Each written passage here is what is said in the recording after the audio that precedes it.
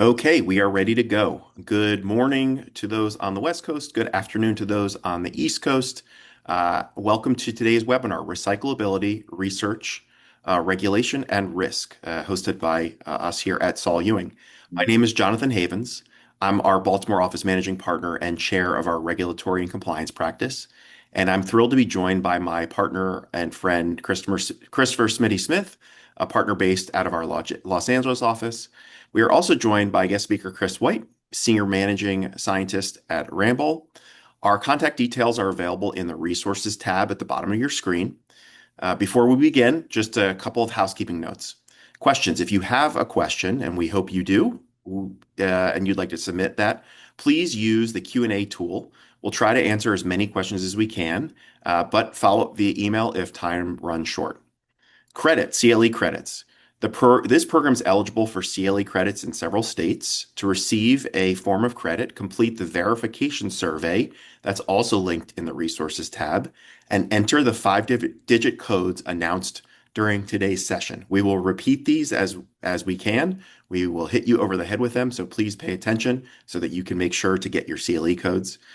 Please submit the survey by Tuesday, April 7th. With regard to materials, you will receive a follow-up email from our team in the coming days with the recording, slides, and contact information. And of course, this wouldn't be a law firm sponsored webinar without a good, healthy disclaimer.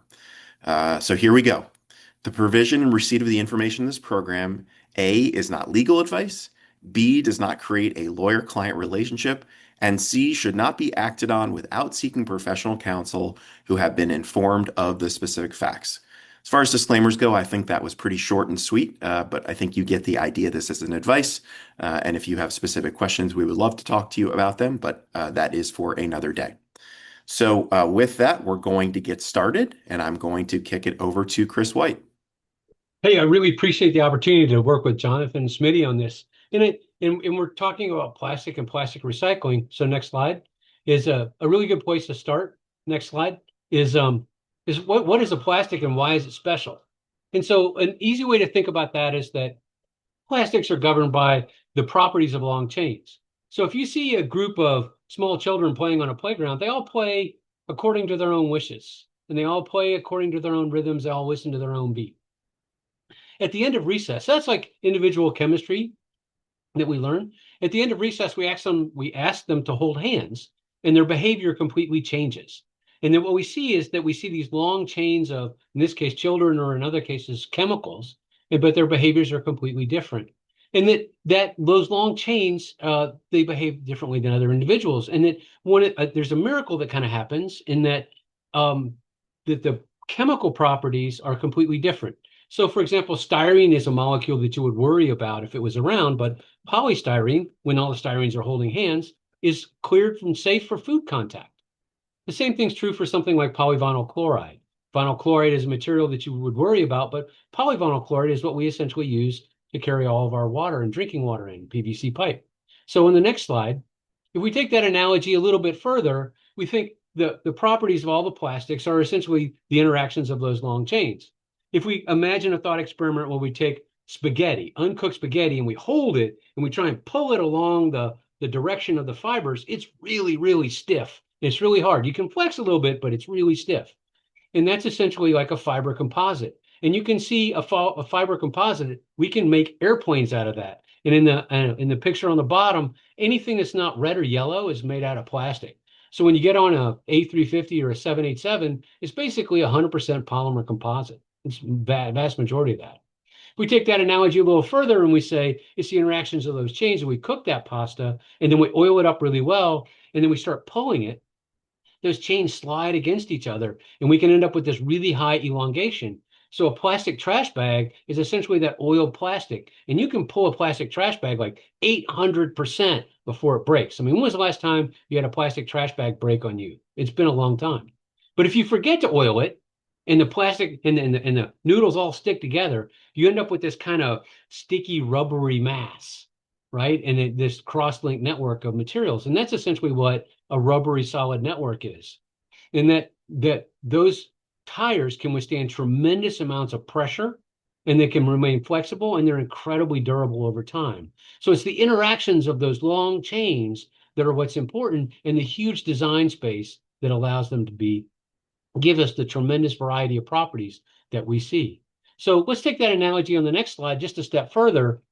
And then we don't often eat just raw pasta or just cooked pasta. We actually adorn it with other things like sauces and meats and flavoring and garlic and all those wonderful things. And each dish is going to be specifically crafted by the chef for the diner's individual taste. And that's exactly what we do with plastics as well. So if you think about that, if we look at the next slide, that there are over 13,000 different additives that we can add to those customized, intentionally designed plastic formulations that give us the wide variety of performance and performance requirements. They can be anything from UV stabilizers to colorants or any of those kind of things that we see there. And if we look at the next slide, you're familiar with essentially how on the next slide, we think about kind of what we're able to accomplish with that individual and that tremendous design freedom that we get. If you take a 3-liter bottle of ginger ale, it's a really impressive package. It's at 3 atmospheres of pressure, and you can drop it from 2 meters or 6 feet off the ground and it'll bounce, which is a tremendous package when you think about it. And so the formulators, the people that design those plastic formulations, have this tremendous design space and this tremendous design flexibility to really allow them to customize the properties that they need. And as a result, on the next slide, plastic is often the most efficient choice. If we think about other competing materials that we could choose for plastic, like aluminum, glass, steel, or all those other materials, they have an origin born in fire, a tremendous amount of fire, and fire is really expensive and it has a lot of carbon.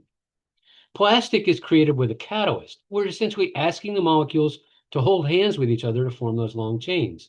And so we don't need a tremendous amount of fire to create polymers or plastics. And as a result, it has low embodied energy.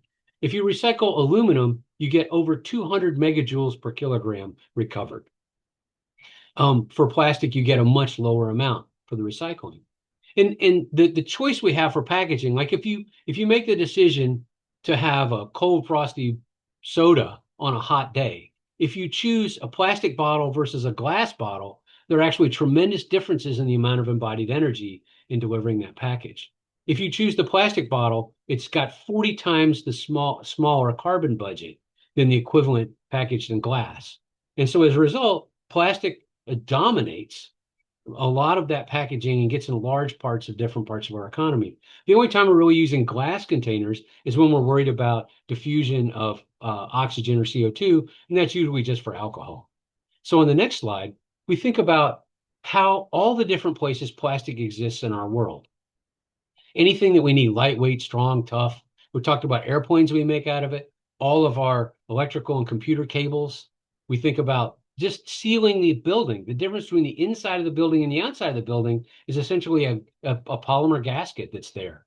Medical sterilization, computers, food and water safety. A lot of our apparel and design and textiles are all plastic as well. So it's really because plastics are so versatile and they're so easy to make that we have produced a lot of them. And so on the next slide, we see that we're producing on the next slide, we're seeing about 400 million metric tons of plastic produced every year. And that number has gone up significantly in the past couple of years. In the next slide, we talk about how it's dominated in several sectors. So packaging, single-use packaging is one of the most dominant sectors, but it's also in building and construction, transportation, electrical, and textiles. It's hard to think of an application where plastics are not somewhere involved. Well, plastics aren't new. On the next slide, when plastics really started emerging in the early 1970s, and that there was concern about plastic waste because it was kind of the first material that persisted long after its intended use was over. And so there was this concern about plastic waste, and it was durable, and it was a visual reminder. And during that time, there were also things like Earth Day, there was smog, there was the Silent Spring came out. And that in response, the industry and in the community created the system that we have now that's persisted that we're essentially going to talk about the changes that are there. So there was the creation of the chasing arrows symbol that we talked about. But one of the most important implications is that there were ad campaigns that described who was responsible for the plastic waste. And that meant that when you bought that soda, you bought not only the soda, but you also bought the container as well. And so you were responsible for the end use and the fate of that plastic, as well as the material that it enclosed. And that meant that the consumer and the municipality paid to create kind of universal curbside recycling for materials that included plastic waste and sorted. And that's the condition that has persisted for 50 years. The individual and the municipality are responsible for the recycling of plastic waste. Okay, so how have we been doing on that plastic waste? On the next slide, we see a graphical representation of where the plastic is and how much of it has been recycled. So even though we've been sorting it for 50 years, a very small amount of it, just that little dark blue band on the bottom, has been recycled. And typically that's less than about 10% of the total. The vast majority of that is either in use or has been discarded in landfill. A small amount is incinerated. A very small amount has been recycled twice. Okay, so that means that we're going to have an accumulating plastic waste. On the next slide, there's some estimates of how much of that plastic waste and the amount of plastic waste, if we're increasing production, even with increases in recycling and incineration, that amount of plastic waste is projected to increase over time. Okay, so those assumptions that we set up 50 years ago on the next slide, those challenges are essentially are changing. So what are those assumptions that they had that have been had for the last 50 years? So there's been this traditional focus on delivering performance for the individual first consumer, that they're free to use any formulation or additive that will increase the performance. Those additives will remain entombed within the plastic, and we'll sell the container and we'll sell you the contents and the container. And that post-use responsibility of the consumer is the responsibility of the consumer and not the producer as well. Well, those assumptions are under significant pressure. And on the next slide, what's happened is that accumulation of post-use plastic has led to negative perception. And there are several surveys that have come out that have talked about how people and individuals have had an increasingly negative perception of plastic, and that the people are worried about being environmentally conscious, and that they believe that the chemical industry is the least concerned about the environment, and that a large majority of the people identified in the survey said that plastic was the least environmentally responsible type of packaging, even though we know, as we learned earlier, that plastic is actually often the best choice in terms of the carbon footprint. So that's given rise to this new reality for plastics producers that is being reinforced. That next slide is that the plastics producers, as a result of litigation and regulation, which Jonathan and Smitty are going to talk about next, is that the plastic producers are going to be responsible for the entire lifetime. They're responsible for all the components. There are going to be additional fees and costs, and that customer sentiment is changed, and the business and that customer sentiment can change the business reality in the moment. And so that really it gives the plastic producers an opportunity because those plastics are intentionally designed. So we think about, well, what are the options for post-use plastic? What are we doing now? So on the next slide, we see that the amount of plastic that we're talking about is on the order of about 350 million metric tons per year. And currently, there are three options that we're going to discuss. There's mechanical recycling, which is the vast majority of the plastic does get recycled, is recycled mechanically. There's chemical recycling, and there's also degradation. And the last two are emerging fields. So let's talk about mechanical recycling on the next slide. Now, mechanical recycling, if you go back to that idea of that restaurant that's serving pasta, if everyone in the restaurant orders a different dish, and then we decide that we want to recycle those dishes, and we bring them all back into the kitchen, and we pour them all in, and somebody ordered clams marinara, and somebody ordered spaghetti meatballs, and somebody ordered lasagna, and we put them all in the same bin and we stir it up. That's a pretty terrible dish, because there's essentially no coordination ahead of time. But if before that, we said everybody in the restaurant, like one of my children always did, ordered buttered noodles. all they did was eat buttered noodles. So if everybody in the restaurant said, we're going to eat buttered noodles, and I'm not going to cut them or anything, I'm just going to eat them. If we bring them back and put buttered noodles in a big dish and we serve, we can make a passable buttered noodle dish. And that's essentially the challenge of mechanical recycling. So what we have to do is sort all those materials and get them to the point where they're essentially all exactly the same. And it requires less energy because essentially to reform it, we just have to melt it and mix them together a little bit. But the real value is in that sorting. And in this picture, you can see, man, sorting is going to be hard because there's 13,000 different additives and everybody's ordering their own dish all the time. So the challenges with mechanical recycling are compatibility, degradation, contamination, and additives. But there have been some real big success stories. For example, one of the major producers of plastic packaging for soda has been able to introduce a 20-ounce package where they've been able to go bottle to bottle recycling using mechanical recycling by collecting and very carefully, essentially asking everybody to just have buttered noodles. And that they've been able to do that and collect all that back together and make essentially a package that works really well. So that's mechanical recycling, and those are the challenges associated with it. The next thing that we want to talk about is on the next slide is chemical recycling. Sometimes it's often called advanced recycling, and that was born from the oil and gas industry. And the oil and gas industry a number of years ago essentially said plastic waste is no different than crude oil, and that we're really good as an industry of breaking down very complicated molecules into their component parts by using very large facilities and usually all over. And they said, well, we can do the same thing with plastic. So they can take plastic and they can break it down to its component parts using very large oil and gas facilities and then make it back again. And that has the advantage that we don't have to pre-order buttered noodles. We can take anything we want if we break it back down and then remake it again.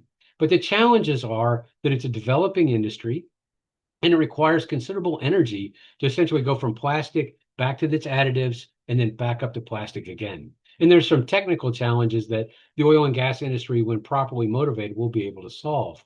And they have the potential to scale considerably. But one of the challenges is it takes a lot of energy to do that.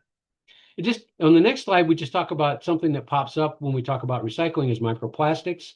And can we essentially, as these materials degrade and they slough off, we may end up with very small particles. It sometimes happens with rubber tires or with clothing or with some other paints and other things, in that we get surface oxidation. And that there have been some published papers that have linked the presence of plastics to negative health outcomes, but that is in by no way a settled science. So we don't know essentially if that's a problem or not. What we're seeing is that that's something that people are looking at and we're thinking about. So then another one that we would think about on the next slide is degradation or direct degradation of those materials. And that can we make the plastic just go away? And there's some challenges with that, is that they're typically more expensive than traditional plastics because their supply chains are not as well developed. The formulators, the people who are making those formulations, they have less experience developing those high performance applications, so they end up in kind of niche products. On the diagram on the right, if you can see that big blue bar on the far left, that's essentially plastics that are made with petrochemicals. And on the very bottom, you can see these little threads. That's an accurate description of kind of the volume of bioplastics or biosource materials or those things. And that they're typically not favored by municipalities because if you're trying to generate a high value recycling stream, you don't want any of those products degrading. But there are a lot of materials on the next slide we can think about that are really hard to recycle, like those plastic bags you get at the grocery store when you're taking your groceries home. And so can we think about degradation for those materials? And remember, the great gift is that plastics are intentionally designed. So the perfect package, in my perspective, is a banana peel because it delivers the material exactly as it is. And it's barely stable enough to do that. And as soon as you deliver the package starts going away. And we talked about some really big numbers before. There's about 140 million metric tons of single-use plastic in our economy. And that sounds like a really big number. But there's also 125 million metric tons of bananas, which means that if we really get serious about this and we tell the formulators and the designers, make the plastic bottle look more like the banana, or make that grocery store bag look like a banana peel, we may be able to degrade that. And there are good technical reasons to be able to do that to make it work. One of the challenges we have to think about if we start thinking about degradation and recycling on the next slide is that thing we talked about with additives. In that there are currently about 13,000 additives. We mentioned that we've looked at about half of them for their toxicity, and about 3,500 of them are potential chemicals of concern. And so what we have to think about if we create these pathways for recycling, we have to think about additives differently than we do before. So if we look at the next slide, just a quick analogy to that is the way that we're changing is that I have a relative that's on 30 plus medications. And I went to the doctor with them, and there were 8 medications for controlling blood pressure, 4 that make it go up and 4 that make it go down. And I'm like, this is kind of crazy. And I'm thinking the analogy is that for plastic formulations, often we solve problems with addition. We always add something to the formulation. We add some additive to that. But this new way of thinking about intentional design is a change in that philosophy. So before we think about plastic as just entombing all those additives and they're not released. But now we have to think about plastic formulations are just temporary holders of places and components where any of those additives that we add will potentially be released to the environment. So let's just sum up real quick before we jump over to Jonathan and just say on the next slide, we talk about what we've learned. We've learned that plastic is intentionally designed and that the real gift is that it exists of long chains of repeating functional units. They're intentionally designed, and that the total production of plastic is about 400 million metric tons, while only less than 10% are accumulating. And the accumulation of post-use plastic is generating negative perception. And there are 3 ways we have of dealing with that: either mechanical recycling, chemical recycling, or degradation. And now we're going to jump over to Jonathan, who's going to tell us about regulation. Oh, we have that very important code. That's 87445. Jonathan, jump in. I will say it as well because I told you we were going to beat you over the head with the codes. The first code, everyone get ready, 87445. Again, that's 87445. Bingo. Sorry. Chris, you had me at buttered noodles as the father of a buttered noodle connoisseur in my daughter. I, I'm always surprised when she said, I want to go to this restaurant. They have the best buttered noodles. And I hate to tell her that they're all the same, but I'm so happy that she has picked her one spot that makes the exact same thing as everybody else. That's not what we're here to talk about, though. We're here to talk about the regulation aspect of recycling and recycling claims. So, just want to say thank you to Chris. Complex topic talking about plastics, composition, and how to recycle them. But I really think he distilled it nicely and set me up nicely to talk about the regulatory side of this. And then Smitty to close it out on the risk/litigation side of this. So there are really no host of regulators at the federal and state level that want to regulate how things are recycled, the method in which they're recycled, what you say about the recyclability of products. But we're going to do our best to distill this down to its essential parts so that you can walk away from this understanding the federal framework governing recyclability claims. We're going to, of course, talk about if you're new to the space or not new to the space, you probably have heard the term green guides. Very few people actually know what those are, but we're going to get into, and hopefully at the end of today, you will understand how to explain to someone at the next cocktail party you go to what FTC's green guides are, because that's, of course, what everybody wants to talk about on a Saturday night. Particularly, we're going to focus on deceptive marketing risk. And I will say we are advising a number of clients and have been for a while now on claims that some people consider to be throwaway claims, no pun intended, but they'll put a statement on a package and think nothing of it. They'll put the chasing arrows, or they'll put compostability or recyclability, and they're not thinking about, is the entire package recyclable? Does my target audience, do my consumers that are buying this product and consuming it live in a place where they can actually recycle this? So there's good news and bad news here. Good news is that if you're a brand or a marketer, recycling claims sell. Consumers really like that. We have data that proves that. The converse of that, though, is if you make a claim that's not substantiated, you're going to face or could face substantial risk. So we're going to talk about FTC's green guides and deceptive marketing risk. We're also going to talk about state regulation and how states are looking at recyclability labeling.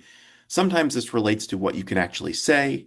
Sometimes this relates to something called EPR or extended producer responsibility. And that's really making the manufacturers responsible rather than taxing consumers, identifying enforcement trends, and then providing practical compliance strategies for companies. After all, we wouldn't really be doing our job if we're just telling you what the risks are and then not telling you how to navigate them. So next slide, please. So why are these claims under scrutiny? I think if you listen to Chris's presentation intently, you're going to see that there's just more plastic waste every single day. And by not focusing on compliance related to these claims, we're only worsening the problem of how much plastic is out there that cannot be recycled. So there's just this increased focus on plastic waste and the so-called circular economy. Also, as I mentioned earlier, consumers really do rely on these claims and are making purchasing decisions based not exclusively, but sometimes in large part due to what packages say, whether they're recyclable, how they're recyclable, whether they're compostable, so on and so forth. Also, many materials that are labeled as recyclable or perceived as recyclable, and we'll talk about the difference of what perception versus reality is in this space, are not widely recycled. Again, hearkening back to something that Chris was talking about just a few minutes ago. Regulators and plaintiffs' attorneys are increasingly challenging marketing claims. As a former federal regulator myself, one of the things that I've said in private practice is that when regulators will not actively regulate a space, plaintiffs' attorneys will actively regulate a space. So even if federal and state regulators are not actively policing the space for lack of enforcement resources or otherwise, plaintiffs' attorneys will hold marketers' feet to the fire on some of these things, and we're going to talk about that, or Smitty will talk about that. And then, last but not least, growing overlap between environmental policy and consumer protection law. Next slide, please. Okay, so I've teed up this notion of the Federal Trade Commission. There's something called the FTC Act or Section 5. And essentially, and this applies to a wide range of marketing claims, not just in the recyclability space, but prohibiting unfair or deceptive acts or practices. This is no different. I don't really care what industry you're in and whether you care so much about recycling claims or not. Section 5 of the FTC Act really governs how you communicate what's on your product, what's in your product, what houses your product, really anything you say in order to induce consumers to buy your product. Environmental marketing claims are evaluated under deception standards. FTC's green guides provide interpretive guidance, but there are some enforcement mechanisms there. And then the last thing here is that federal oversight is largely focused on advertising and labeling claims. Next slide, please. Okay. So green guides are not new. They were first issued in 1992 and they're updated periodically. They provide guidance on environmental marketing claims, no surprise. And they're addressing things like recyclability, recycled content, compostable claims, and more. They're not binding per se, but I say per se pretty intentionally there.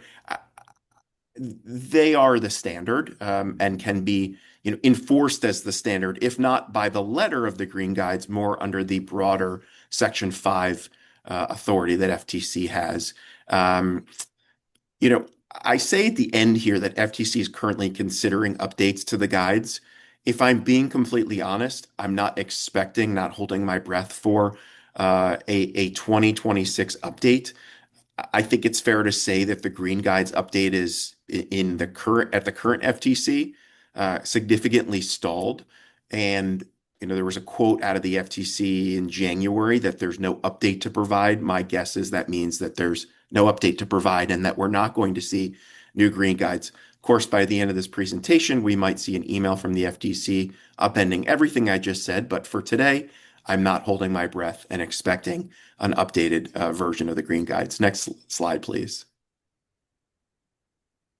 Okay, so what do I mean when I say unqualified recyclable claims may be deceptive? So, for example, if you have that chasing arrow symbol, and I'll show you a picture of that in a few slides, we all know it. It's usually green, but it's the arrows in a triangle that are following one another. That's universally understood to mean that this packaging is recyclable.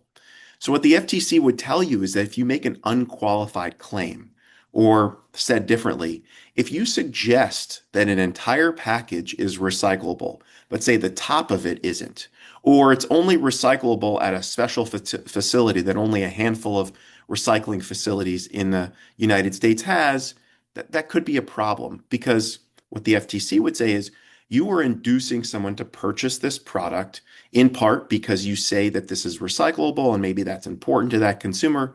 And in fact, you should say that this package isn't totally recyclable, maybe only the bottle, not the bottle cap. Or, the box that it comes in is recyclable, but the inner plastic container is not recyclable or is not recyclable in the same way as the cardboard box. So the standard here is that claims are appropriate, these unqualified claims, that is, only if recycling facilities are available to a substantial majority of consumers.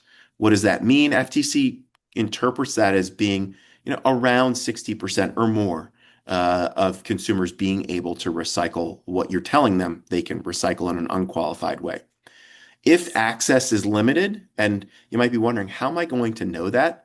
Well, unfortunately, you need to understand what recycling capabilities are available where and where you're selling your products, which can be tricky, I acknowledge.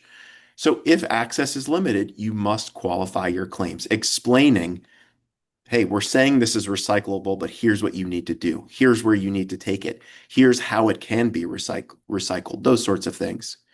And again, clearly communicating the limitations is the name of the game here. Next slide, please. Okay, so I know this is a little bit of a smush slide, but again, you are going to get um, copies of our presentations, and you can zoom into your heart's delight here.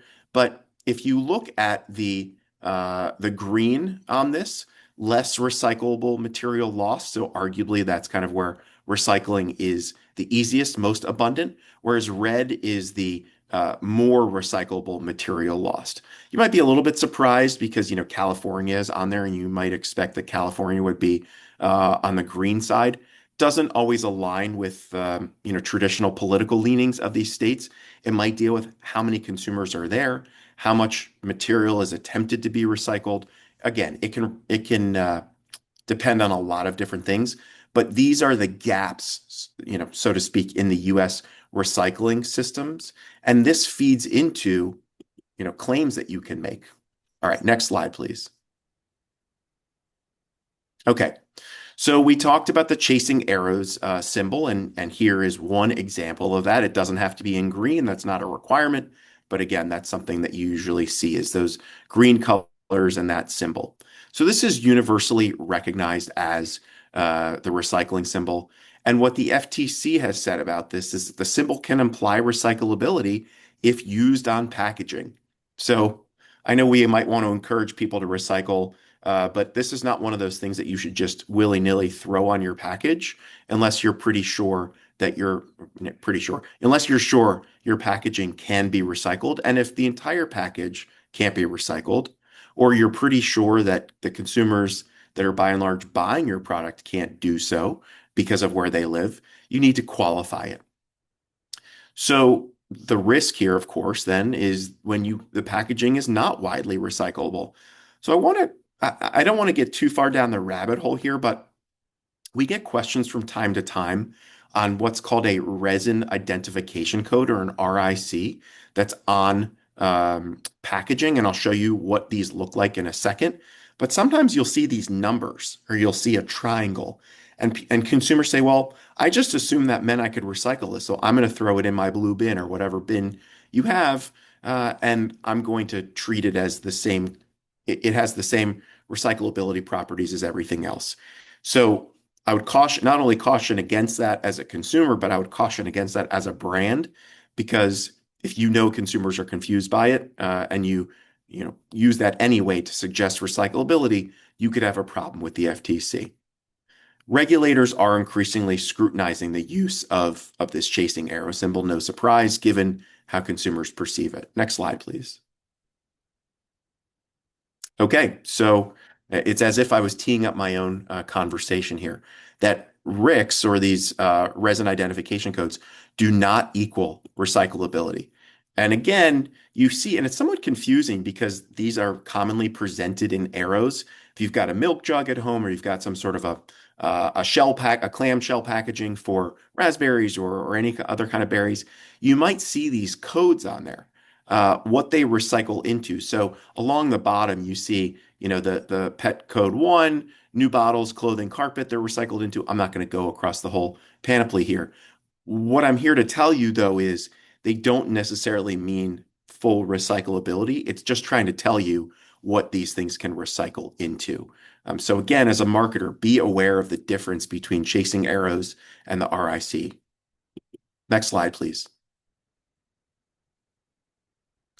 Okay, so as is frequently the case in the modern climate, states are moving faster than the federal government is, and that can be by design. It can also be just because they're moving quicker and they maybe have a better finger on the pulse of their constituents than members of Congress.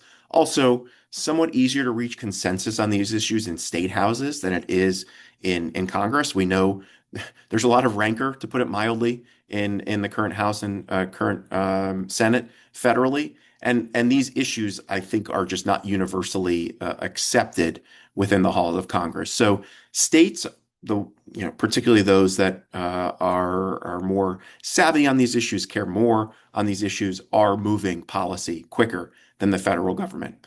So what are states doing? Well, states are increasingly regulating recyclability labeling. Others, and there is some overlap between recycling labeling claims and EPR, but they are different. So we're going to talk about them in turn. Some states are limiting the use of recycling symbols.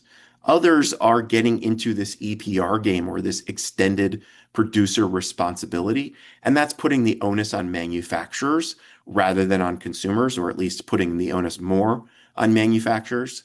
Requirements are, as you're not surprised to learn if you work in a regulated industry, these vary state to state, and it can create pretty big headaches if you are marketing products in all 50 states. And as you would expect me to say, you really do need to monitor the patchwork of the regulatory landscape here. Next slide, please.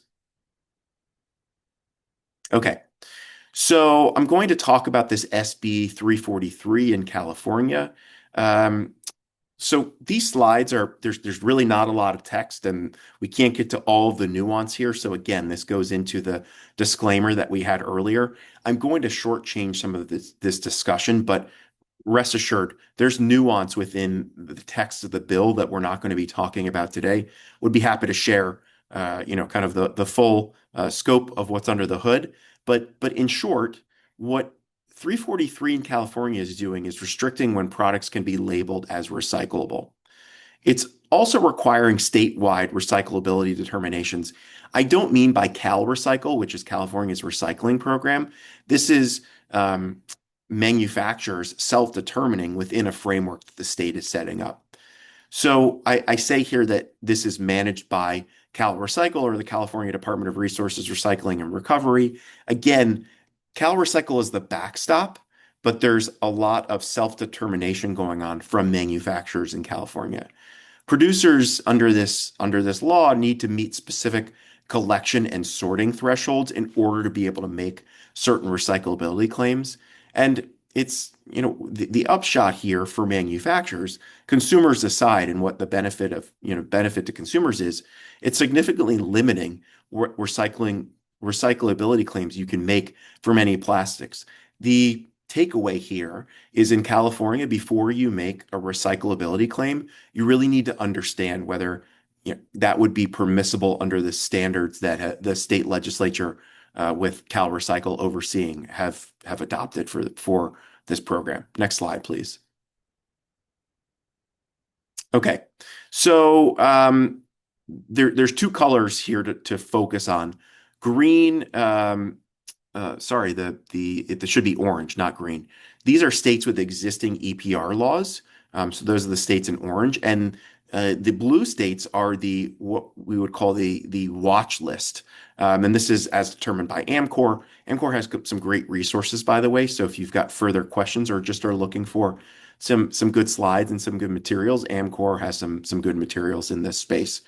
So again, looking at the states that have these existing laws, and I apologize, the legend should be in orange, not green, but those are states with these existing laws, and the blue states are the states that we think will either adopt or are actively considering those EPR laws. Next slide, please.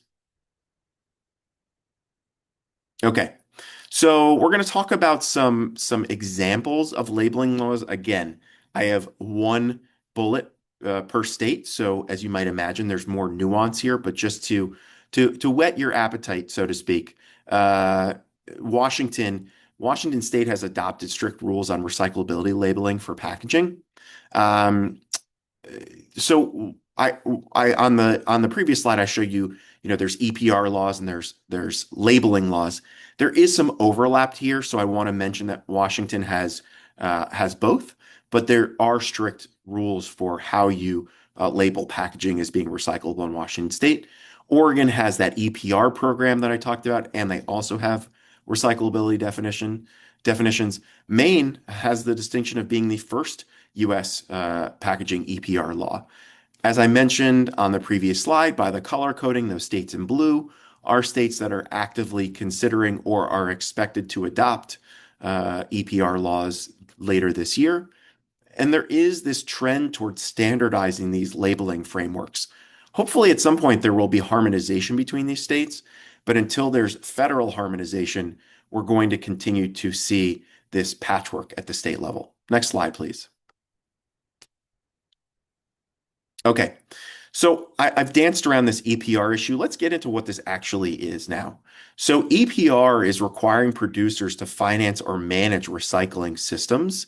So, you might be used to paying an extra tax or, depending on where you live, paying to recycle, right? This used to be kind of deemed this like environmentally conscientious consumers would do this, but not everybody, those that couldn't afford to do this would do this. Or, it was a balance between we care about the environment, but also we don't want to pay to recycle. Then states got involved, put bag taxes to finance some of these programs. But now what states are saying is, we want to put this onus more on producers. So these EPR programs also, in addition to having manufacturers finance, includes labeling or recyclability requirements, and it's shifting this cost burden from municipalities to producers. Again, this is rapidly growing across the US, as I mentioned by showing you that color coded map a few minutes ago. And what we're seeing already, and we're hearing from clients, no surprise, is that complying with this is going to require significant supply chain coordination. Next slide, please. Okay, so you're going to get a copy of my slides. I just want to tell you that this is something that I relied on when I was getting the latest and greatest statistics to put in my slide deck. But this policy roundup from the Sustainable Packaging Coalition, and it's linked at the bottom of my slides. It's great, and it's updated pretty often. So I would key into that. Next slide, please. Okay, so here's some compliance considerations. So again, substantiating your recyclability claims. If you hear nothing else today, hear this. Do not make throwaway claims that someone on your marketing team told you to make without understanding whether you can substantiate that claim. No knock against marketing teams. I work with them absolutely every single day. They are amazing at selling products, but you need to have checks and balances set up with legal, with regulatory, with whatever your team structure is, inside counsel, outside counsel, whatever it is. Make sure you can substantiate these claims because there's nothing worse than an unsubstantiated, unqualified chasing arrow symbol when your product cannot be recycled in but a fraction of recycling systems throughout the United States. Evaluating your claims under FTC's green guides. And if you need assistance with this, we can provide assistance. There's lots of people that can, but if you're not expert in this, totally understandable. It is pretty wonky, but just make sure that someone is advising you on how to evaluate your claims. Monitoring evolving state laws and EPR programs. These are changing constantly. So I would at a minimum do a quarterly check-in, if not a monthly check-in. And you can use those resources I mentioned. You can rely on, an outside vendor to do this. Whatever it is, make sure it's done. Reviewing use of recycling symbols and the RIC codes and not confusing the two. And as I mentioned, coordinating between marketing, legal, and your sustainability teams. So again, if you hear nothing else than what I said today, don't make these throwaway claims that you think are going to sell more products without understanding whether you are within your rights and you're substantiated to make those claims. Next slide, please. Okay, a couple of risk mitigation strategies, conducting periodic audits of your claims, tracking recyclability access across markets. This is important. It's tricky, but it is important to be able to make those claims. Using clear qualifying language if and when necessary. Implementing an internal process for any of your claims, just like you wouldn't put a statement on a food product that it could cure cancer without having pretty solid proof that it could cure cancer and getting approval from the FDA to be able to say that. You shouldn't be making recyclability claims unless you can substantiate those claims. And then monitoring enforcement trends and litigation, which Smitty will talk about in a couple of minutes. Next slide, please. Okay, so these claims are under increasing scrutiny. I'm sure you're not surprised to hear me say that, given the tee up here. The green guides at the federal level remain the framework. State laws are moving quicker, and I would monitor those as aggressively, if not more so than you are, the updates to the green guides. State updates will be coming more frequently than green guides updates, I assure you of that. Litigation risk is increasing in this space where regulators won't enforce, plaintiffs' attorneys will. And having proactive compliance strategies is just essential. Next slide, please. Okay, so before I turn it over to Smitty, here is your second CLE code. I'm going to repeat it 3 times. 36225. Your second CLE code is 36225. One more for the people in the back. 36225. With that, I will turn it over to Smitty. Thank you, Jonathan. I'm not going to repeat the CLE code here, so hopefully everyone's got it down. Next slide, please. There you go. Perfect. So Christopher Smith, partner in Los Angeles office of Saul Ewing. I'm here to discuss risk with you guys today. I'm going to start off by setting the risk table. I'm going to do my best to cover most of the risks and liabilities that I run into in practice. Inevitably, there's going to be some risks and liabilities that I'm not going to get to today. A little short on time too, so I'm going to kind of run through this relatively quickly. I'm going to break the risks that clients, businesses face down into 2 buckets, business and legal. I'm going to kind of breeze through the business risks since the focus is really legal. In my practice, the material being recycled drives the risk evaluation. Jonathan and Chris did a really good job of focusing on plastics. There's other types of materials that also create recycling risks: paper, cardboard, glass, metals. There's also other more specific products that create these kinds of risks: industrial scrap metal, batteries, electronics, paints, mattresses. Kind of the common thread between all of these is the existence of a marketplace to recycle those items. So that drives what the risk is. So focusing on business risk real quick, there's 3 business risks that come up most typically: financial, operational, and reputational. Financial business risks are just the risks of lost revenue generation through either engaging in recycling practices that are inefficient or not engaging in those practices at all. Operational business risks are all formed around recycling end markets, which are substantial operational business risks because they rely on seamless relationships between the various businesses that make up those recycling markets. Not only do those relationships with those businesses that make up those markets need to be seamless, they need to interact in a way that is can be scaled up because the costs of those marketplaces and the capital expenditures to keep those marketplaces going are substantial. So any inefficiencies created for businesses and operations create real havoc on businesses. in terms of risks. Finally, reputational business risk. This one's going to kind of dovetail a little bit with the legal risks. It's one that everyone thinks of.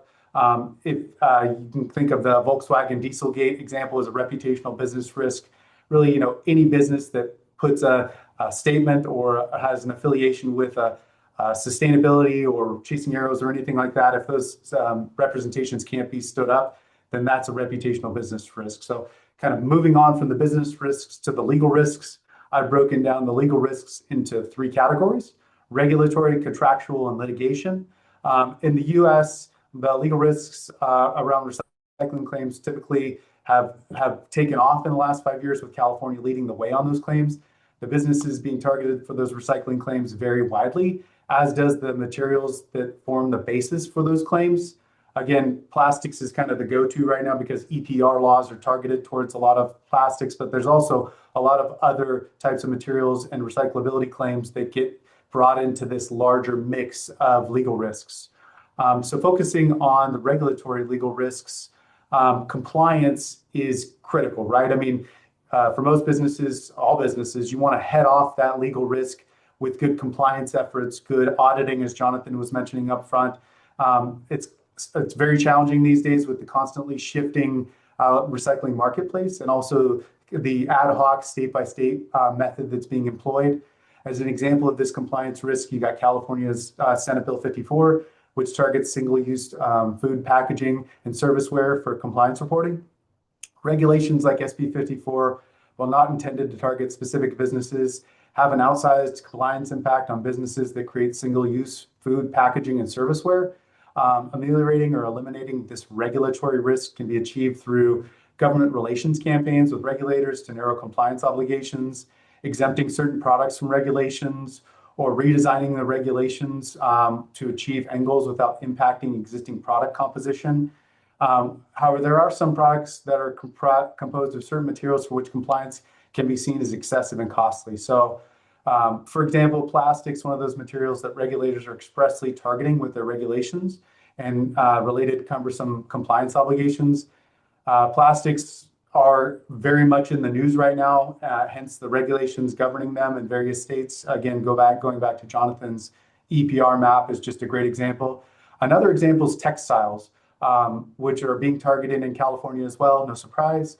We have what's called SB 707, which has its own compliance obligations for textiles manufacturers and suppliers. So again, not just plastics, all different types of materials are being targeted for compliance with new regulations.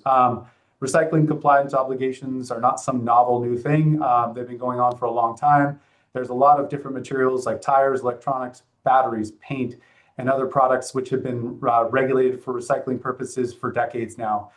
It's just becoming more commonplace because those types of marketplaces have been stood up and have been operational for decades, and plastics is just something new. An interesting regulatory compliance risk that's come up lately are antitrust violations. A group of attorney generals from Florida, Texas, Nebraska, Iowa, Montana recently sent a notice to the Sustainable Packaging Coalition in October of last year, which is that coalition is made up of like 75 huge companies, all multinationals. And those state AGs were threatening those companies from coordinating their packaging together. The state AGs said that they had great concerns about the mission that the organization was implementing, and it's harmful to the state's economies because it's going to drive down the use of plastics and the use of plastics recycling facilities, the mechanical recycling facilities and the chemical recycling facilities in those states. And so they were threatening Sherman Act claims, antitrust claims against these types of coalitions, these responsible end marketing coalitions. It's remarkable because there are existing types of organizations under the EPR rubric called producer responsibility organizations. The Circular Action Alliance is kind of the go-to, if you will, for that EPR model. Those PROs are much like the Sustainable Packaging Coalition that these state AGs were targeting for antitrust violations under the Sherman Act. Not sure whether that's going to go anywhere, whether it's just saber rattling by the state attorney generals from those red states, but those are real regulatory risks that businesses face, even when they're trying to do the right thing, like the Sustainable Packaging Coalition's doing. The next type of legal risk is contractual legal risks. And I like to look at this one from the perspective of who we're dealing with. So I have manufacturers, collectors and transporters, sorters, suppliers, and franchisees and franchisors. For manufacturers, the contractual risks involve representations to downstream businesses regarding feedstock or inputs used by manufacturers to create their materials. Chris's slides about inputs is kind of a direct tie into this. This risk is typically manifested legally in the form of indemnity provisions between manufacturers and suppliers, where manufacturers agree to bear the legal risk that a product that they're manufacturing meets certain specifications, many of which are established in different states under various recycling laws. This risk does not arise unless and until a manufactured product comes under scrutiny for its composition, and at that point, the risk moves from the theoretical to the real for these manufacturers. Oftentimes, manufacturers are not located domestically in the United States, which may mean that the manufacturer's risk gets shifted to the downstream suppliers or even retailers, depending on the financial condition of those involved in the stream of commerce. That's one contractual group of risks. Another is for collectors and transporters. These are the folks that take the recycled materials from your curbside into a materials recycling facility. Their contractual risks come in the form of collecting and transporting recycled materials. They may contract with a state or a municipality or even a private business to take their materials and sort those materials. And whether they're living up to their representations and their obligations and their contracts is something that's being tested right now pretty regularly. It's kind of driven by this idea of this circular economy where collectors and transporters are now seen as an important part of that equation, whereas in the past they were seen as somewhat less important. Another risk kind of tied into those collectors and transporters are sorters. Sorters are bearing legal risks for their collection of feedstock material. So sorters are folks that, your material goes into a material recycling facility. It gets, sorted by the type of resin identification code that Jonathan was talking about. And those sorters then are responsible for then packaging that and sending that off to a recycling facility. Well, if that feedstock material doesn't contain the right material or it contains issues with material that's not representative of what's being contracted for, then there's a risk right there for those sorters. Suppliers, much like the manufacturers, their risk is tied into the supply chain. The idea being that a supplier should bear minimal risk, right? They're just someone in that chain. However, if that manufacturer is not there to bear that ultimate risk that they've provided indemnity for or some contractual protections for, that supplier is going to get pulled into this risk equation. Finally, franchises themselves have their own business risks for contracts, because franchisors tend to drive the contractual terms between their agreements with franchisees. As a result, the legal risk to franchisees tends to be determined by the franchisors. Logically, this implies that the franchisees bear the lion's share of the legal risk. However, in practice, that implication tends not to bear out. This is because the franchisors tend to have larger risk tolerances and larger pockets for plaintiffs' attorneys or litigation risk to be driven towards. So that kind of takes me into where we're going with the litigation risks. The litigation risks of recyclability are really, for my clients, probably what, if they're attending this presentation, and I know a lot of you are, what you're focused on. That's where all the money is. That's a lot of times where the mitigation efforts can only do so much to reduce the cost. Regulators know this. So at the federal level, there's actually a plastics packaging act called the PAC Act, P-A-C-K Act, that's been proposed in Congress at the federal level, which could tie into what Jonathan was talking about with the green guides. It was introduced in last November, I want to say, and it has some interesting connections between the existing extended producer responsibility laws in various states for plastics recycling that are going through right now. It defines certain terms that other states are currently defining, like recyclability, compostability, reusability. I'm not going to get into all the details because I really don't have the time today, but it's incredibly interesting. It's still being worked through in the House of Representatives as a bill.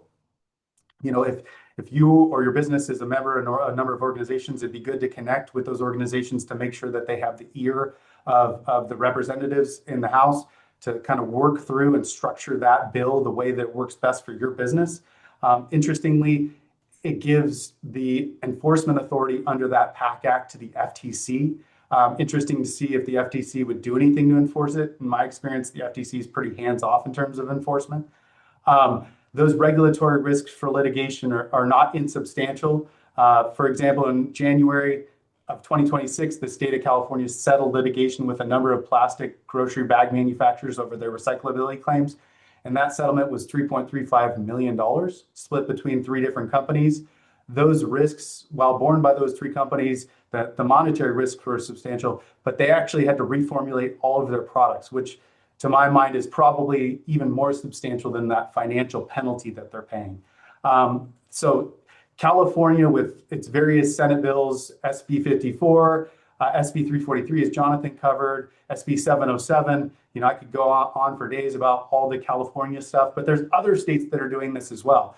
For example, in Arizona, last month in February settled a case with Reynolds and another company under the Arizona Consumer Fraud Act because Reynolds had been selling bags into Arizona, which Arizona said were misrepresenting the chasing arrow symbol. So they settled a case. They didn't pay a lot of money. I think they paid like $150,000, and they had to put new labels on their products that said these bags are not recyclable. Outside of Arizona, there's also state example or local examples. In Philadelphia, there's ongoing litigation right now by the city of Philadelphia against a number of manufacturers, Procter & Gamble, over recyclability claims on their products. So the risks from states are huge. I'm not even going to have time to get into it. So this is maybe a conversation for another day with everybody because I know we're running short on time. But consumer class actions are absolutely taking off in this sphere. That is a risk that every business that has any claim about recyclability, compostability, biodegradability, reusability, any of those on their products, they're going to want to make sure that their marketing departments can stand up those statements. Even if they can't, just the leverage cost of litigation is scaring a lot of businesses into coming into compliance or at least removing statements about their claim. Sorry, I'm doing a horrible job of moving through my slides here because I'm short on time. You can advance all the slides. They're not exciting. I don't spend a lot of time on my slides. I try to do all my time in advising everybody in my statements here. The Keurig example is a great example of consumer class actions. I don't even know what slide that's on. Sure, let's leave it on that slide. That works perfect.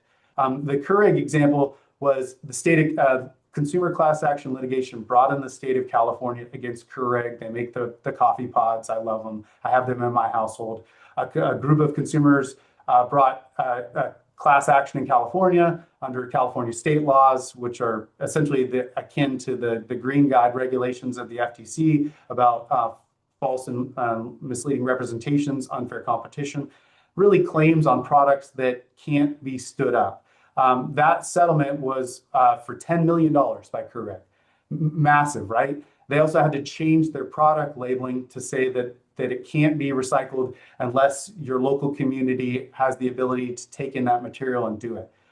Keurig's a great example just because the money on it was insane, right? $10 million,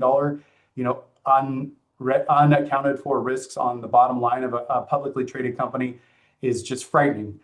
There's also risks for a lot of the bottling companies. Think Coca-Cola, Pepsi, Niagara Water. They're facing cases in federal court in California right now, which are making claims under California state law about unfair competition and misrepresentations about claims on products. But they're also uniquely having to deal with claims that are supported by the FTC Green Guides. And so what we're seeing in these consumer class actions is not so much a sea change in terms of the types of claims being made. They're actually the same types of claims that have been made for probably about 15, 20 years now. What we're seeing is that the consumer class action cases are using the FTC Green Guides and state extended producer responsibility laws, which define recyclability or compostability or reusability. And they're using those definitions as a pretext or a basis to support their claim, saying, if you can't meet California's definition of what is recyclability, then your product is not recyclable.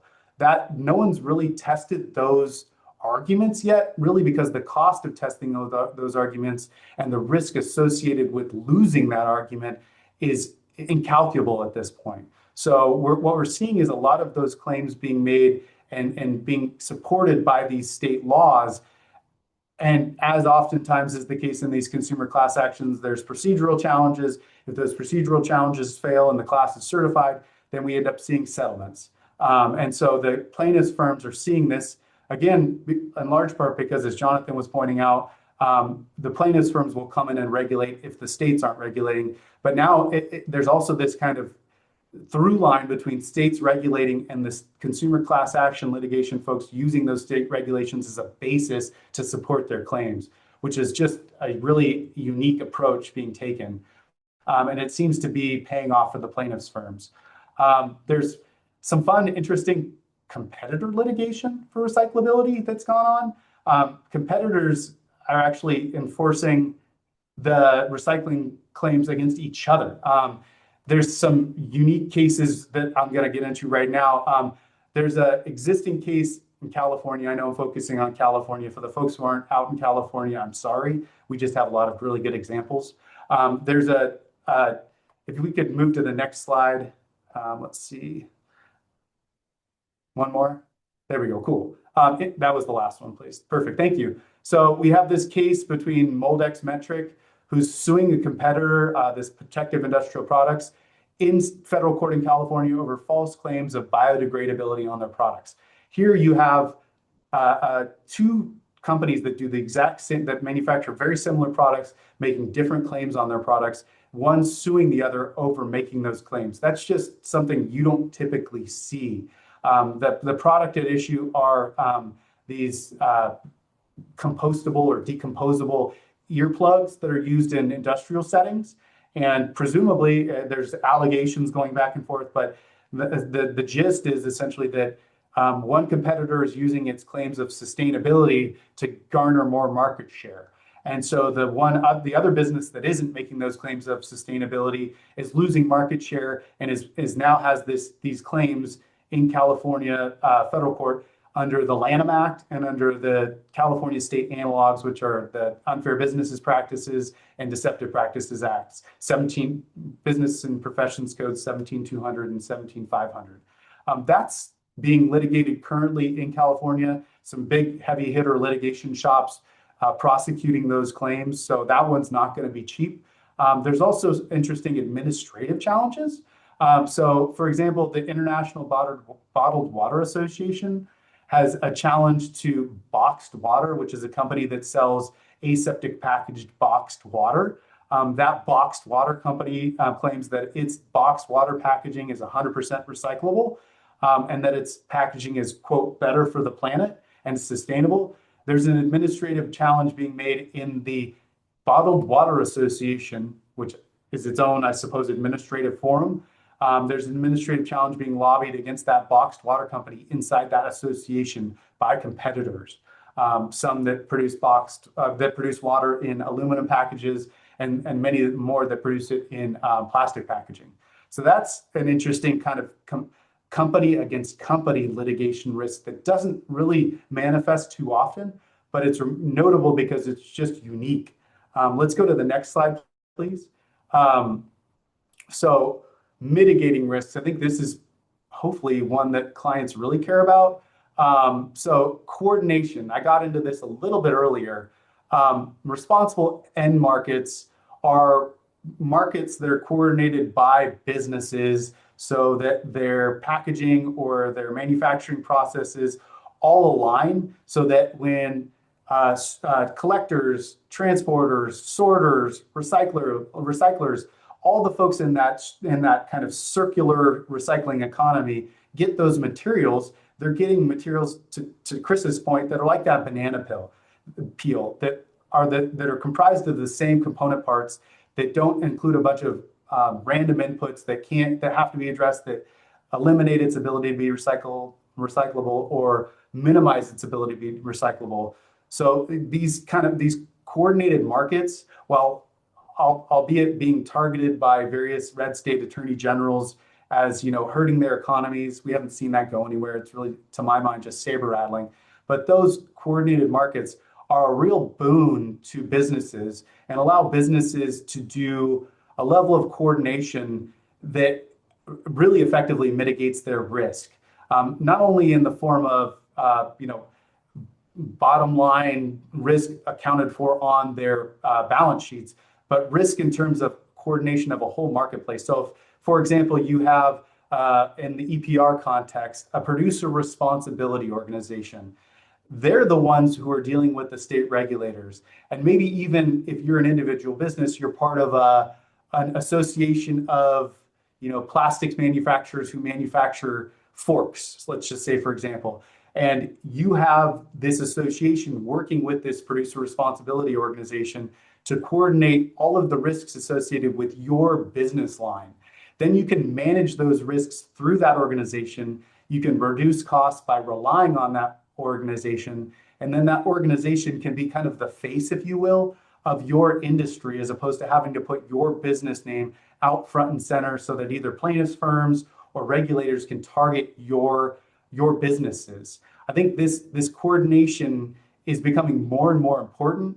It's actually been a through line for plastics manufacturers for maybe 50 years, 60 years, since, as Jonathan was talking about, since like the 60s or 70s, because the plastics industry recognized early on that coordination of a bunch of businesses who operate in the same segment of business will really have inure to a bunch of benefits to those businesses that make that marketplace up. So coordination across responsible end markets, I think, is really important.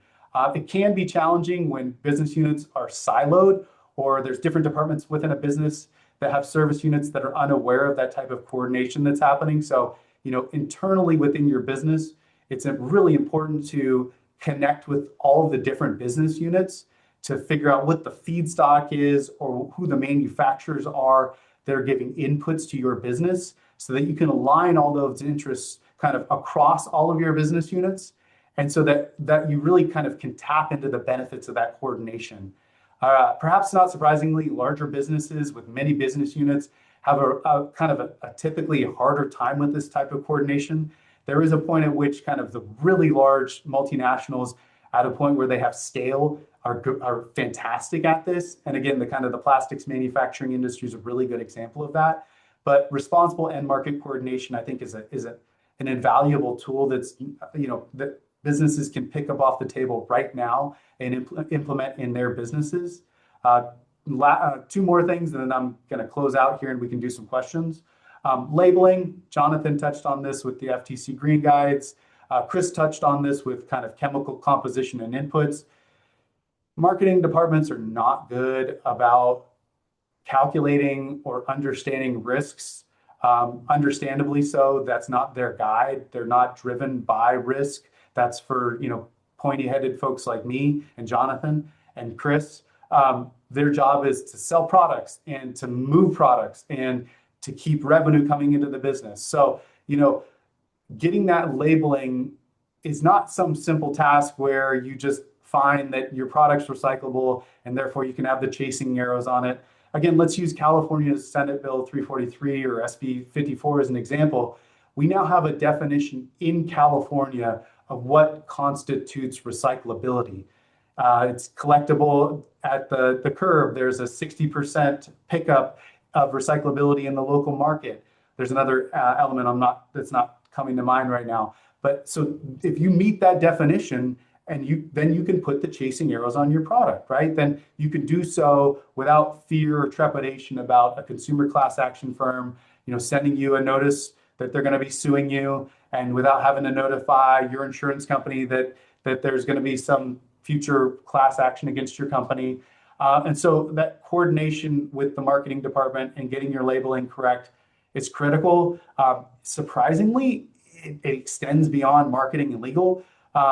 Again, kind of to the point of this circular economy, I have clients who maybe they can fix the labeling on what they get after it reaches them because the supplier is able to coordinate that with the manufacturer. But then once it leaves their control and it heads to their franchisees, well, what if those franchisees take it under their own, control and put their own labels on the front of the building that all their products are recyclable or that this is a sustainable business? Then those downstream representations, those downstream labeling can come back to haunt manufacturers or even suppliers or franchisors. So labeling is critically important. Lastly, insurance. It sounds like it wouldn't be implicated here, but insurance is actually a common pickup for businesses for recyclability claims. Some ways that insurance can mitigate some of these risks are if you look to your D&O insurance, your directors and officers insurance, or your comprehensive general liability insurance, or your errors and emissions insurance, those are really going to be kind of triggered, if you will, by consumer class action claims, but they are there to protect businesses if you are dealing with that, looming consumer class action about a recyclability claim or a compostability claim or a biodegradability claim on your product. For example, D&O insurance would cover companies for claims that their directors and officers made the representation on the product. Again, that's kind of far afield of what you would think, but those types of claims have survived challenges from insurance companies. They do provide the types of defense protection that a business would want, and they even would trigger some form of indemnity coverage to protect a business. Comprehensive general liability, of course, like this would be the best option if a business had a CGL policy that would cover claims or representations about products on the products. Then you would absolutely be well within your business rights to trigger that coverage, to get the defense obligations, to get the indemnity obligations. Errors and emissions coverage, much like the D&O coverage, will provide protections, will mitigate risks for businesses. I've kind of breezed through these. I'm going to leave like 15 minutes for questions. So I'm going to stop now. You can move to the last slide, I think, the closeout slide. Cool. I think we have 15 minutes before, oh, cool, little QR code before we can go. So I haven't been paying attention since I've been talking, but we can look to see if there's any questions in the chat. Not seeing any. Would you want to say anything further, Jonathan or Chris, or do you want me to just bloviate for the next couple minutes? Smitty, I think I'm really fascinated by something you brought up about kind of the coordination, because each individual states, as we learned with the EPR laws, have slightly different things. And so organizations like they're trying to harmonize between the different states. Now it looks like they're coming under regulatory scrutiny for coordination. Yeah, it's remarkable. I mean, it is a one-off, if you will, that we've seen those 5 state attorney generals challenge under Sherman antitrust law, the coordination that's happening between these PROs and these other associations that collect businesses with similar business lines.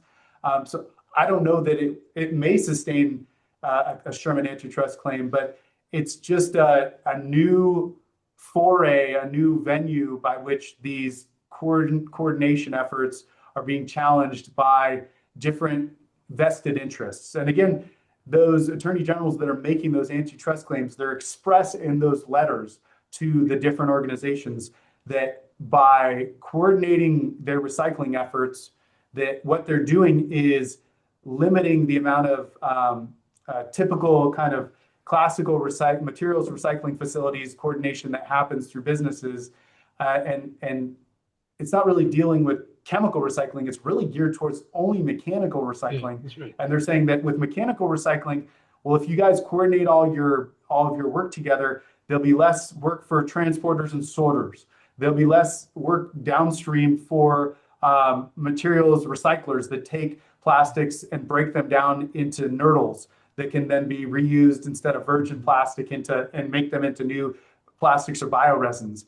And really that's driven by, to my mind, and I think they even say this expressly in the letters, it's driven by the different recycling facilities, which really take the form of chemical manufacturing facilities in those various states. And that's pretty evident from the letters and also from the facilities that exist in those states. So it's a unique approach that's being taken by those red states.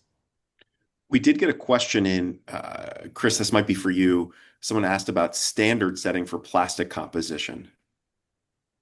Yeah. Yeah. So standards are really the standards are developed by consensus standards organizations. But in terms of their composition, there really aren't standards related to it. So polyethylene, for example, was it's got a resin identification code of 1 or 2, but yet the design diversity that you're allowed to be within that is essentially unlimited. There's no limits on kind of the composition you would get or the design standards for polyethylene. There is no design standard for polyethylene.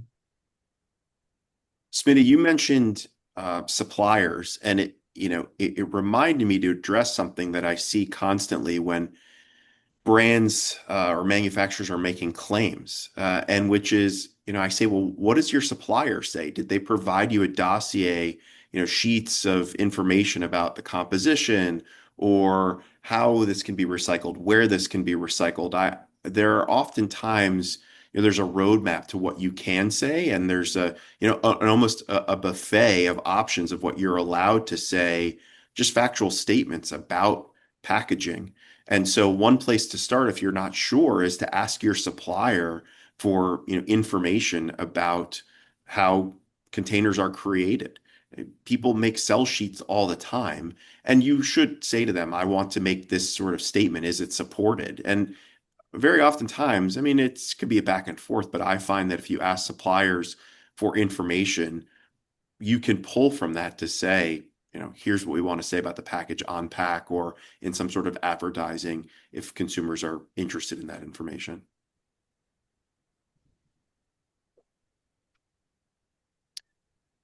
Yeah, sometimes getting that information is really tricky.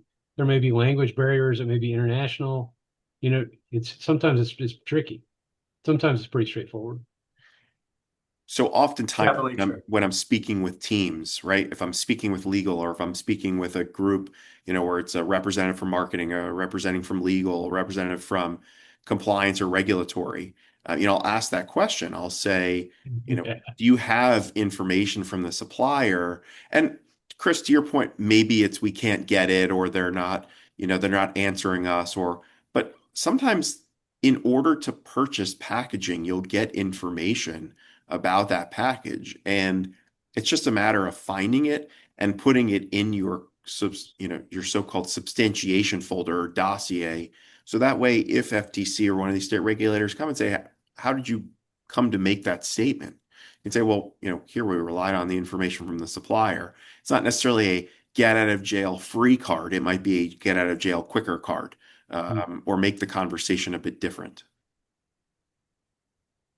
I'll raise something that I'm seeing, that a risk that came up for a client just last week, and it's a brand new risk, and we'll cover it now as a freebie to everybody. Microplastics are becoming a focus of the state of California, specifically the regulation of microplastics through a regulatory scheme called Proposition 65. And this is really an issue for the entire circular economy because plastics, as Chris could probably talk to, break down over time into different component parts. All of their inputs kind of slough off, if you will, over time. But those microplastics in the recycling process are going to become a risk for everyone in the system, really, because Prop 65 cases, for anyone on this Zoom that's dealt with them, are somewhat of a quagmire to get out of. They're much like the consumer class action cases that are filed for recyclability claims. The cost of dealing with them in court typically outshoots the cost of just settling. And that's somewhat what the rubric's set up for. But these microplastics, should they become regulated by the state of California, and Prop 65 are going to become an issue for folks in the circular supply chain, for the transporters, for the suppliers, for the sorters. Each one of those people or businesses in that circular economy are going to take on the risk associated with those microplastics. And it's going to quickly go beyond, oh, you didn't provide a warning, which is essentially the solution for Prop 65. And they're going to turn into consumer exposure claims, and they're going to turn into workers' compensation claims, and they're going to kind of mushroom into this much larger risk associated with plastics recycling that very few people are focusing on, but is really front and center for the state of California. And in a year from now, if we were to do this presentation, I will probably have a whole bunch of slides or discussion points on microplastics and recyclability, and how those two risks are now a bigger risk for businesses than they've ever been before. Yeah, So it seems there's a developing ecosystem of the recyclability, and we have to have this whole through line where before you could just kind of throw it over the fence. just just on Prop 65, some of you on the call might be more familiar with Prop 65 than you want. Some of you might not necessarily know what it is. I assure you, everyone at some point has seen, whether you live in California or not, one of these warning statements. It's a yellow triangle. This product contains a substance known to the state of California to cause cancer or reproductive toxicity. It is a whole long evolving list of substances. And so these are, you'll see on packaging these yellow triangles with some sort of a website disclosure information, but it's not, microplastics is one example, but there's a whole, it's thousands of substances. And so it's just kind of the latest iteration of Prop 65. But, to Smitty's point, plaintiff's attorneys very active in California on Prop 65. And it's, every company, I would say, that's been in business for more than a handful of days has probably seen Prop 65 demand. And those once California regulates it, which is not certain, it's being considered by the California Safer Consumer Products Commission right now. But the expectation is once California regulates the microplastics, just like how it's now regulating recyclability through SB 350 or 343 and SB 54, the plaintiff's bar will use the regulatory scheme as an evidentiary foundation to support claims in a consumer class action about exposure and harms from exposure or misrepresentations about recyclability or use. And so it's just going to be a whole new world that is going to evolve out of plastics recycling for microplastics. So stay tuned, more to come. I think we just got a note that we're closing out 5 minutes until the end. Okay, cool. Yeah. Anything else, Jonathan or Chris? Just one thing to note on litigation. So certain state statutes and rules have what are called private rights of action, whereas other states or federal agencies. So for example, if you're dealing with something with the Food and Drug Administration and the Federal Food, Drug, and Cosmetic Act, there's no private right of action. The only person that can enforce that or entity is the FDA or DOJ, on behalf of the FDA. But in California, when it comes to Prop 65 or even their Sherman Food and Drug Act or whatever other laws we're talking about, there are private rights of action. So understanding what states regimes you need to comply with and whether there are private rights of action can determine whether or not you have exposure to private lawsuits rather than regulators coming after you for compliance. Again, hate to throw another wrinkle into this, but it's not universal that you're necessarily going to be able to be sued by, say, a plaintiff's attorney for violating one of these state statutes in California. You can be, but it depends on the state and whether they have a private right of action.